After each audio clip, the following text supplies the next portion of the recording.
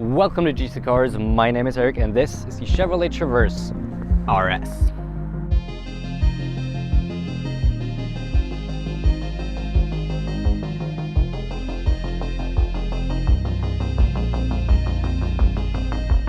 As always, we're going to take a look at the exterior, the interior, then we're going to drive, and at the end we're going to sum it all up. And if you really like the video, make sure to subscribe and hit the bell to get free weekly videos. Starting off though with the exterior. First of all, like I said, we have new kind of brownier styling, and I really like how this Traverse looks. Definitely aggressive, but pretty good in my opinion, especially with the cherry red tint coat and the sharp headlights, the RS kind of like blacked out grille, blacked out emblem and all that. This looks really nice. RS, by the way, is kind of a mid trim, so if you want to get the top trim, you got to go for the high country, but that's about 60 grand Canadian. This one gives you kind of like all the black accents, looks a little browny, a little sportier. Overall, I really like it, and what you will maybe notice is that this is actually quite big. It is quite big, and it is interesting because technically it's a mid-size SUV, but at 205 inches, roughly 205 inches, it is closer to a full-size SUV than to a mid-size SUV. So we can call this a 3/4 SUV because this one actually boasts a usable third row for adults. And it comes in cheaper than like an Expedition or a Tahoe. So that's where this kind of hits that sweet spot. But let's keep talking about the exterior. Side profile, pretty good. The rear, once again, very nice, aggressive. I love the taillights and I love all the structure that they put in there. Those exhaust tips, I'm pretty sure they're off the Camaro, by the way. They look pretty cool. But exterior, of course, is always kind of subjective. So you got to tell me if you like it or not. Just put it down in the comments, and otherwise, we'll take a look at the interior. Okay, let's talk Chevy Traverse interior, and this is a very typical Chevrolet interior, which isn't necessarily a bad thing. The infotainment system we have, as always, not the most features, but it is very responsive, very quick to react, very intuitive to use. We have Android Auto, Apple CarPlay wireless now, which is really nice. Speaking of phones, you have your wireless charger just down here, decently sized, so you still have at least 1 or 2 years of phones that should fit in here. We have USB-A's, we have cigarette lighters. So in terms of connectivity and functionality, this is all really good because our HVAC controls also physical, not buried in the infotainment. This is very good. But being a General Motors interior, often the materials are a bit of a letdown. The good thing is, this isn't really the case here.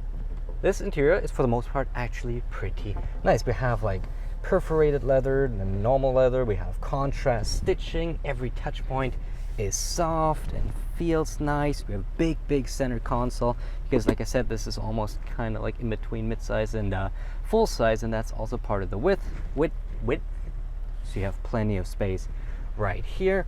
Our gauges are analog with a screen in the middle, and this, if you go for the high country, you can get a full digital screen, but this works totally fine and is easy to use. Then comfort. These seats are nice and comfy. They don't have too much adjustability. You just have lumbar in, lumbar out, and then of course forward, backwards, and all that. But other than that, easy to set up, comfy. I like this. Just one thing that's pretty much always the case in like non-luxury General Motors products is the switch gear here and the switch gear on the side. Just is like very cheap plastic, and I hope they update this with the next generation. I'm pretty sure they will. Otherwise, only this window is automatic in terms of going up. So for the other 3 windows, you do have to like manually hold them to go up. And our second sunroof, because we have 2, right?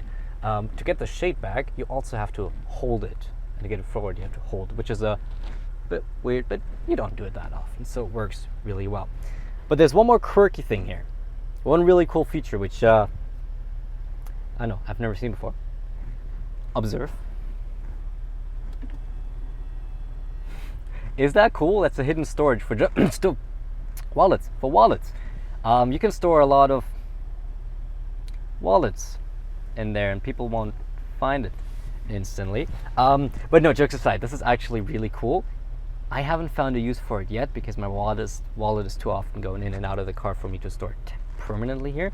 But if there's something maybe like license registration or anything, if you don't want to have it in the glove box, put it right there. And it's really cool. And more storage is always appreciated. And the cool thing is the infotainment screen still works when it's up here. So technically, if you just want to have your map a little more in sight, in your line of sight, you can do that, and then put it back down whenever you don't need it. It's such a cool feature. I love it. Very gimmicky in the end, but I like it. Anyhow, second row. Let's take a look there. Okay, second row, and as you can see, we do have the captain's chairs in here, including nice little armrest, which unfortunately, if we recline, which we can, which is really nice, as you can see, it goes very nice and far. Oh my god, it's so comfy. And I just wish these would go a little lower if we recline, right? Because now it's kind of like an awkward angle, so I just have to kind of put it up and sleep like that. I know, horrible, isn't it? No, this is very comfy. This is very comfy. Come back up, my man. Oh, you're already up. Never mind. But this is very comfy. We have storage up here. We have house style outlet. We have our own climate controls. We have 2 USBs. We have a bit of storage down here, and the materials are for the most part as nice up in front as up in front, but we do have a bit more scratchy plastic down here. Unfortunately, storage-wise in the doors though, really good, and of course with the sunroofs, we do have a nice view out of that. To get in the third row, pretty easy. So you can fold these down. I'll just quickly demonstrate you how. You just hold this up, voila, but that's more for storage if you want to have a bit more trunk space. Let's put you back up and do it the proper way, which of course, thanks to the width of this Traverse, you can just simply walk through in the middle. And this is where the Traverse excels compared to other midsize SUVs, because we have a good amount of space and you can actually fit adults and like older teenagers here, no problem. 5'7", 125 pounds, not the tallest, but pretty good representation for most kind of like older teenagers, I guess. People he would ferry in here fairly regularly if you're, you know, like dad or mom. So I fit extremely well. Is it the roomiest? No, it's not a Tahoe. It's not a Suburban. It's nothing like that. But I am comfortable. I have enough legroom. I have enough headroom. These seats don't feel cramped. I have plenty of support. I have USB-A's. I have storage. I have a window to look out. This is actually totally doable on a long road trip. Wouldn't even complain. And if you just have one person sitting in the back, it's really comfy because you can just stretch out with your legs. This is the #1 reason to go for the Traverse over something like the Telluride and Palisade and all that, because this is actually not just a kid's third row. Very well thought out Chevy. Anyhow, quick look at the trunk, and then we go driving.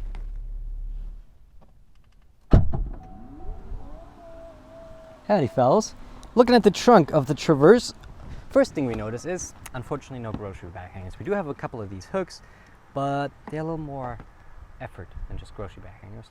Maybe next time around. Whatever. Loading floor is not the lowest, but definitely not like Tahoe tall. So that's totally fine. In terms of storage, as you can guess, we have plenty. So even behind the third row here, we get 23 cubic feet of space. That is plenty for like most users. Just really good. Of course, if you need a little more, third row, plop her down. You just need to pull and push at the same time, and voila, we have 58.2 cubic feet of space. Need even more? Okay, well this is a full trip now, but whatever, you do you. Put them down like we shown you before. Very easy, numero uno. Very easy, numero dos. And now we have a whopping 98.2 cubic feet of space. Enough to literally go camping in here. This is pretty good, and I think we're just gonna go driving. How about that?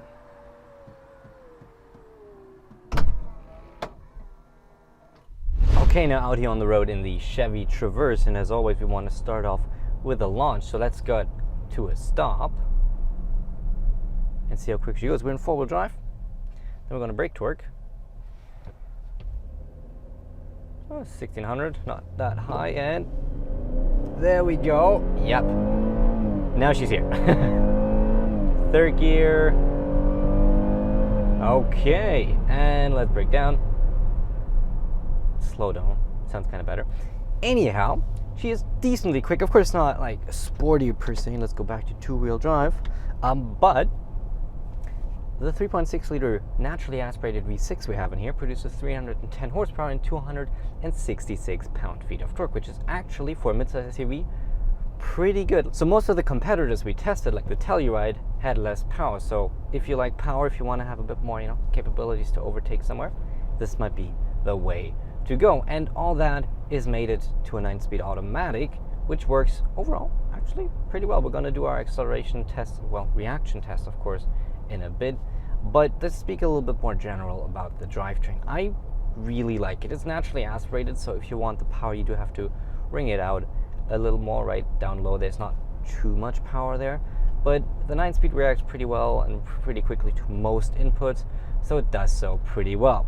It's also very fuel efficient. I'm averaging just over 10 liters per 100 kilometers. That's city and highway combined, which, considering the size of this thing and the power, is actually really good. I was very surprised to see how fuel efficient this Traverse actually is. And overall, during like daily driving, it is very nice to drive. The automatic is smooth. It pretty much picks the right gears most of the time. Just there's like two quirks it has. First of all, sometimes it can be a little spongy if you want just a little bit more acceleration. So you give more throttle, you give more throttle, you give more throttle, but just kind of nothing happens. So you have to force a downshift and then let off the throttle a bit because you don't want quite as much power. So it can be a little weird. But speaking of downshifts, 50 kilometers an hour, normal mode, we're just going to floor it. Very quick reaction. 2 downshifts in there, and off we went. Pretty good. I like this transmission. I like this powertrain. Just like I said, the throttle calibration can be a little more refined. I would like that because sometimes you have to give it a bit more input than I would like, and combine that with a bit of a slower traction control response sometimes. And I had it happen a couple of times that I was doing a little burnout, just like assurance, like uphill without ever wanting to do that. It's not like I mashed the throttle or anything. I was just, like I said, calibration could be a little better, but other than that, I really like this drivetrain. Suspension-wise, we're on the horrible road, and as you can see, I am quite comfy. I can feel the car, moving around. I can feel the car shaking a little bit. I can hear the car shaking a little bit. Personally, I myself am very well isolated. There's no sharp impacts that really get transferred to me, even on these kind of like more minor but numerous imperfections.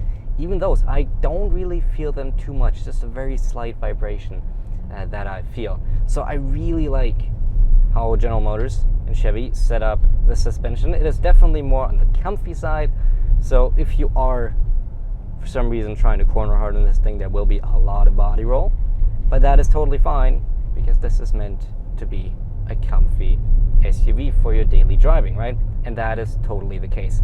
It is very nice to drive in a daily drive scenario. But as we always do it, let's do a quick handling test. So let's put it into 4-wheel drive, so just so we have a bit more drive out of the corner. Actually, it's floored real quick, so it downshifts.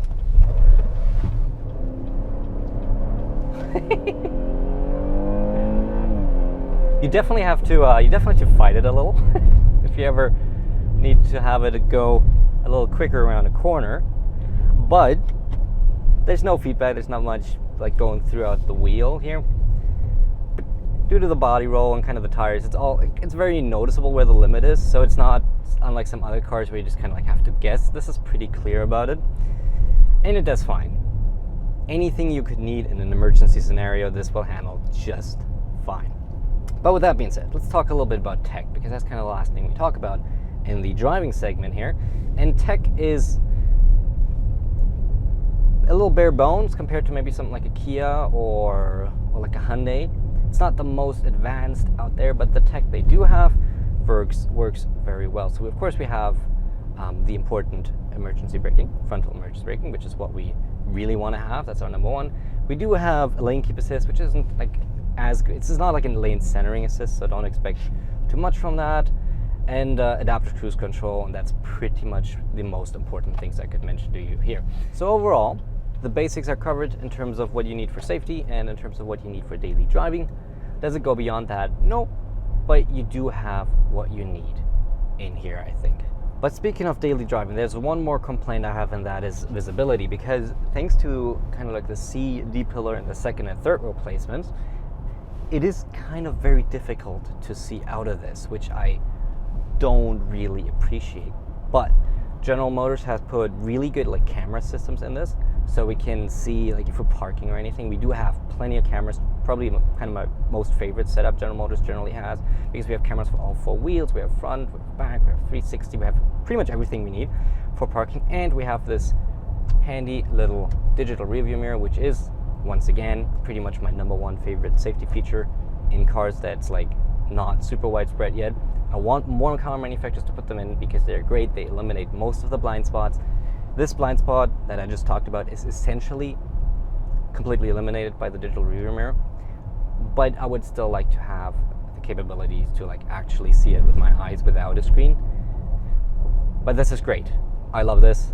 Please, manufacturers, Ford, etc., everyone else, copy this, please. I only know of Nissan and General Motors that have it. I don't think anyone else has it right now. So please, do it. It's great. Anyhow, that should conclude the driving segment. So why don't we sum it all up in the final thoughts? Okay, final thoughts on the 2022 Chevrolet Traverse RS. And to my surprise, I really like this one. Like I said, normally I don't dislike domestic unibody SUVs, but most of the time they're just not as competitive as cars from South Korea, from Japan, and all that. But this Traverse is actually really good. Now, of course, in terms of the pricing, it does help that this is a mid-trim RS and not a high country. A high country, like I said, would clock in at $60,000, but it would have a little more features. And due to the chip shortage, this one, for example, is lacking heated seats, which normally would come with, not coming with it right now. But there might be a possibility to add it in later, but that's all future stuff. Right now, we're looking at an SUV that costs $54,218 Canadian. US dollar price is always converted on screen. And I think that is a pretty decent value. This is pretty much the exact same price as a fully loaded Telluride will run you. I love the Telluride. I think it's great. It definitely has a little more features and more tech than this Traverse. But the space, the cargo capacity, and of course the people storage capacity, I guess, in a way, you know what I mean. It's just way better on the Traverse. So if you not only occasionally need a third row, but you're like planning on using it and even ferrying adults in that, the Traverse will be the much better choice compared to most mid-size SUVs out there and all of the ones I've tested, while also being significantly cheaper than a Tahoe and giving you about like 95% of the capacity. Of course, there's a few other differences, but not everybody needs the capability of a Tahoe and just wants enough space for 7 adults. This delivers.